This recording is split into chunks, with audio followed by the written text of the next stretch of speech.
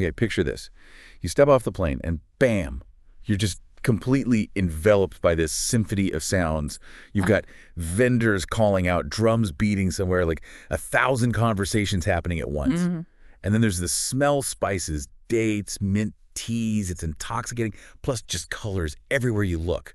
That's Marrakech hitting you, like all at the same time. It really is an assault on the senses in the best way possible, usually. Right. So the big question we're diving into today is, well, is this intense kind of exhilarating experience the right kind of adventure for you? Exactly. And we've gone through, a ton of sources, travel guides, personal stories, blogs, even photo essays, trying to pull out the really key insights about Marrakech. The goal here is to give you a clear picture, of what to expect, help you figure out if this incredible city belongs on your travel list. Okay, so beyond that initial sensory overload, what really makes Marrakech special? What makes it stand out? Well, there are several things. That sensory thing we mentioned, it's not just noise and chaos. It's part of a culture that really embraces vibrancy. Right. And then there's the historic Medina. It's a UNESCO World Heritage Site, but it's not like some stuffy museum piece. It's alive. It's a functioning ancient city where people are living out history day to day. A living piece of history. I like that. And that main square, Jebel el-Fna, that seems absolutely central to everything I read. What's the deal with it? Oh, absolutely. Jebel el-Fna is, well, you could argue it's the beating heart of Marrakech's cultural life. Think of it like a giant outdoor stage where the city just performs, especially later in the day. Performs? Yeah, one source called it a theatrical spectacle. During the day, you've got storytellers, musicians, healers, maybe even snake charmers. But then, as evening comes, it completely transforms into this massive open-air food market. It really captures the city's dynamic energy. Wow. Okay. Now, what about this mix of cultures? We kept seeing Berber, Arab, French influences mentioned. How does that play out? That mix is absolutely fundamental. Marrakech started as a Berber city, then you had major Arab influence, and later, the French protectorate period. And you see it everywhere. Like in the building. Exactly. The architecture is a great example, intricate Islamic designs, but then you might see subtle French colonial touches too. And it's in the language, the food we'll get to later. It's all layered together. Okay. And riads, they kept popping up. Yeah. Staying in a riad sounds like the thing to do. What makes them so special? Riads are these traditional Moroccan homes, and the key thing is they're built around an internal courtyard. So architecturally, they provide this quiet, cool, private space away from the busy streets outside. Like an oasis. Totally. Historically, they were all about family life happening inwards. Now, many are guest houses, and they offer a much more, authentic and intimate stay than a standard hotel, often beautifully decorated too. That makes a lot of sense. A quiet escape within the city.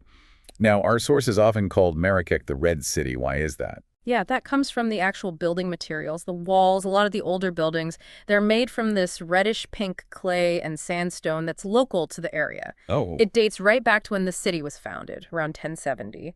It gives Marrakech this very distinct look, this color palette that ties it to the earth around it. And historically, it was just a massive hub for trade, culture, religion, drawing people from all over. Okay, so we've got a feel for what makes it unique. Now, if you actually decide to go, what are the absolute must-do experiences, the key activities? Right. Well, you absolutely have to explore the Souks in the Madonna. These are the markets, these huge, winding, interconnected marketplaces. Labyrinthine, I think I read something. That's a good word for it, yeah. One source called them a treasure trove for the curious. You can find almost anything: spices, lanterns, leather goods, carpets, clothes, argan oil, ceramics. The list goes on. And haggling is essential, right? Oh, absolutely. Don't even think about paying the first price you hear. Haggling isn't rude. It's expected. It's part of the whole social and commercial interaction. Just be polite. Have fun with it. Okay. Need to practice my bargaining phase. Yeah. And Jebel el-Fna, you mentioned the performers. How do you actually experience the square? Well, during the day, it's fascinating just to wander, watch the storytellers, listen to the musicians. Now music is common, see the acrobats, maybe those snake charmers, though some find that controversial. But then as dusk approaches, that's when the food stalls roll in. The whole place transforms. You grab a seat on a bench, order some amazing, cheap local food, and just soak in the atmosphere. It's loud, smoky, chaotic, and brilliant. Sounds like sensory overload part 2. Yeah. What about palaces and gardens? They seem like a big draw, too. Definitely. The Pia Palace is a highlight, late 19th century, incredible tile work, beautiful gardens, courtyards, really stunning craftsmanship. Abadi Palace is mostly ruins now, but it gives you a sense of the huge scale and grandeur it once had. And then for something totally different, there's the Jardin Majorelle. Ah, yes, the Yves Saint Laurent garden with the blue. That's the one. Designed by Jacques Majorelle, later owned and restored by YSL. It's famous for that intense cobalt blue color used everywhere, and it's packed with exotic plants from all over the world. Very photogenic. I bet. And the Secret Garden is another lovely, quieter option, a restored traditional garden right in the Medina. Okay, lots of options for escaping the bustle. What about something more traditionally Moroccan, like a hum? Right, the Hamm experience. It's a traditional Moroccan bathhouse focused on cleansing and relaxation. It's a big part of the culture, historically a social thing too. So it's more than just a spa day. Well, you can find very luxurious spa-like hammams aimed at tourists, but there are also the more traditional public ones where locals go. It usually involves steaming, scrubbing vigorously, and washing. It's quite an experience, very exfoliating. Sounds intense, but maybe rewarding. And for foodies, can you actually learn to cook this stuff? Yes, Moroccan cooking classes are really popular and a great idea. One place highlighted in our sources was Café Clock. They apparently do excellent classes. You learn about the spices, the techniques, make a tagine or couscous, and then, of course, you get to eat it. That sounds fantastic.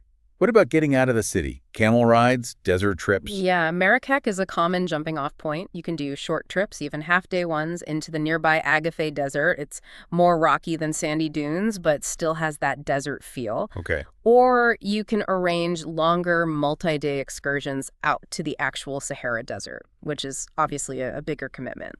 Camel riding is often part of these tours. Is it worth it? The camel ride.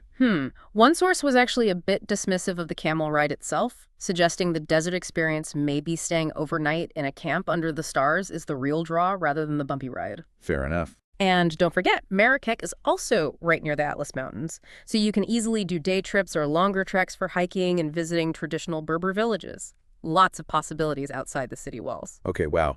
All this talk of tagines and markets is making me hungry. Let's properly dive into the food. What are the absolute must-try dishes in Marrakech? Oh, the food is incredible. Moroccan cuisine is all about aromatic spices, slow cooking, the mix of sweet and savory. Top of the list has to be tagine. The conical pot dish. Exactly. It's a slow-cooked stew named after the pot itself. You get lamb with prunes and almonds, chicken with preserved lemons and olives, vegetable tagines, endless varieties, all delicious. Okay, tagine's number one. What else? Couscous, definitely. Traditionally, it's a big Friday lunch thing, often served with 7 vegetables. Pastilla is another unique one. It's a flaky pie, often savory with pigeon or chicken, but dusted with powdered sugar and cinnamon. Sounds weird, tastes amazing. Sweet and savory pie. Interesting. Yeah. And tangi is very specific to Marrakech. It's lamb. Slow cooked for hours in a clay urn, usually in the embers of a public bath's furnace. Super tender and flavorful. Wow, that sounds special. And obviously the mint tea. Can't forget the mint tea. It's everywhere, often called Moroccan whiskey. It's green tea loaded with fresh mint and usually quite a lot of sugar. Right. It's a huge symbol of hospitality. You'll be offered it constantly. And the way they pour it from high up to get it frothy, that's part of the ritual too. So where do you find all this amazing food? Is it mostly restaurants or? All sorts of places. Yeah. The food stalls in el-Fna at night are brilliant for cheap, tasty, atmospheric street food, grilled meats, sausages, soups, tagines. Right. Then you have local eateries, sometimes called dadas, which might be simpler places serving really authentic home-style cooking. And of course, many of the riadas have fantastic restaurants offering more refined dining experiences in beautiful settings. It really shows that blend of Berber, Arab, and maybe some French techniques too. Something for every budget and taste then. So speaking of budgets, let's talk accommodation. Riads sound amazing, but what are the options? And what kind of prices are we looking at? Right. So riads are definitely the quintessential Marrakech stay. And they range hugely in price. You can find fairly basic, budget-friendly ones, maybe $50, $70 a night, all the way up to incredibly luxurious, opulent riads costing hundreds. Riad Dia and Riad Jana Rouge were mentioned as good examples in different ranges. Okay. And if a riad isn't in the budget? Hostels are a great option, especially for backpackers or solo travelers. You'll find dorm beds and private rooms, often right inside the Medina or very close by. Casbah Red Castle Hostel came up as a recommendation. And typical hostel prices. For a dorm bed, you're probably looking at around 50 to 110 Moroccan dirham per night, which is roughly, $5 to $11 USD. And private rooms and hostels might be more like 260 to 380 dirham, so maybe 26 to 38 USD. Pretty affordable. That's really good value. What else is there besides ryads and hostels? You also have boutique hotels, which are often stylish conversions of ryads or other traditional buildings, offering more hotel-like services but still with character. And then outside the Medina, particularly in areas like the Palmyra, you find larger, modern luxury resorts with pools, multiple restaurants, all the amenities. So a key decision is whether to stay inside the Medina or outside. Exactly. Inside gives you that immersive, authentic, sometimes chaotic experience right on your doorstep. Outside is generally quieter, more spacious, maybe easier access if you have a car, but you lose some of that immediate atmosphere. Pros and cons to weigh up. Makes sense. Okay, so you've found your place to stay. Yeah. How do you actually get around Marrakech? Well, inside the Medina, your feet are your best friend. Honestly, walking is the only way to properly explore those narrow, winding alleyways. You can't really get parves in most of it. Right. For going further afield within the city, you've got TT taxis. These are the smaller city taxis, usually a specific color like beige in Marrakech. They should use the meter. Yeah, it's always wise to confirm they'll use the meter, compteur, in French. Or, better yet, agree on a price before you get in. Fares start around 7 dirham, plus about 4 per kilometer, but there's often a surcharge after 8 p.m. Negotiation is key. Okay, good tip. What about grand taxis? Grand taxis are larger, older cars, often Mercedes. They do longer routes, maybe to the airport or outside the city, and often operate on a shared basis along set routes, or you can hire the whole taxi. Again, always agree on the fare up front. Any other options? You'll see horse-drawn carriages called caleche. They're more of a touristy, leisurely way to see some sights, maybe around the ramparts. And there are local buses, which are very cheap, but probably less easy for tourists to navigate unless you know the routes. So mostly walking in taxis for visitors sounds like. Let's talk money then. What kind of daily budget should someone plan for? Can we break it down? Sure, we looked at a few levels. For a real budget traveler, think hostels, street food, walking everywhere. Mostly free activities you could probably get by on around $30 to $60 USD per day. So roughly 285 Moroccan dirham, maybe, on the lower end. Okay, that's quite low. What about mid-range? For a mid-range trip, staying in a comfortable riad or maybe a boutique hotel, mixing street food with some restaurant meals, taking petite taxis, doing a few paid activities like palaces or a hammam, you're probably looking at $70 to $150 USD per day. Say, starting around 525 dirham, perhaps. Right. And for someone wanting more comfort or luxury? Then the sky's the limit, really. Staying in high-end riads or resorts, eating at fine dining restaurants, maybe hiring private drivers or taking exclusive tours, you'd easily be looking at $180 USD per day and upwards. So over 1,100 dirham, maybe closer to 2,000 or more. That gives a good range. Any tips for saving money while you're there, besides staying in hostels? Definitely. Number one is haggling in the souks, like we said. Don't be shy. Eating locally is much cheaper. Those street food stalls in el-Fna are fantastic value, maybe 30, 50 dirham for a good meal. Okay.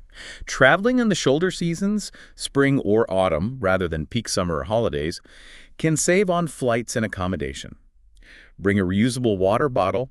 Tap water is generally considered safe to drink, though some prefer bottled. And always, always negotiate taxi fares before you start your journey. Great practical tips. Now, timing. When is actually the best time of year to visit Marrakech? The general consensus seems to be spring, March, April, May, and autumn, September, October, November. Why then? The weather. It's generally really pleasant then. Warm, sunny days, comfortable temperatures for exploring, not too hot, not too cold. Plus, in spring, all the gardens are blooming beautifully. Sounds ideal. What about summer? Summer, June, July, August gets incredibly hot, like highs consistently over 35 degrees Celsius, which is above 95 Fahrenheit.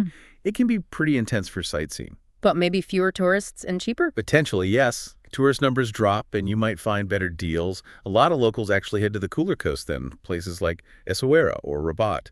But you have to be prepared for the heat. And winter, December to February. Winter is generally mild during the day, but it can get quite chilly at night, sometimes near freezing. There's also a higher chance of rain. It's definitely doable for exploring without the heat, but pack layers. And the Atlas Mountains nearby will likely have snow. Okay, so spring and autumn seem like the sweet spots for most people. Yeah. Let's switch gears slightly to the culture and the people. What should visitors be aware of? Well, Moroccan hospitality is famous. People are generally very warm, welcoming, and curious. Expect invitations for mint tea. We talked about bargaining in the souks. That's part of the culture, too. Absolutely. It's not confrontational, it's just how things are done. Dress code is another thing to consider. While Marrakech is quite used to tourists, it's still a Muslim country. Dressing modestly, especially for women covering shoulders and knees, maybe avoiding very revealing clothing is generally recommended as a sign of respect, particularly when wandering the Medina or visiting religious sites. The mint tea ritual we mentioned is huge. Accepting it is polite.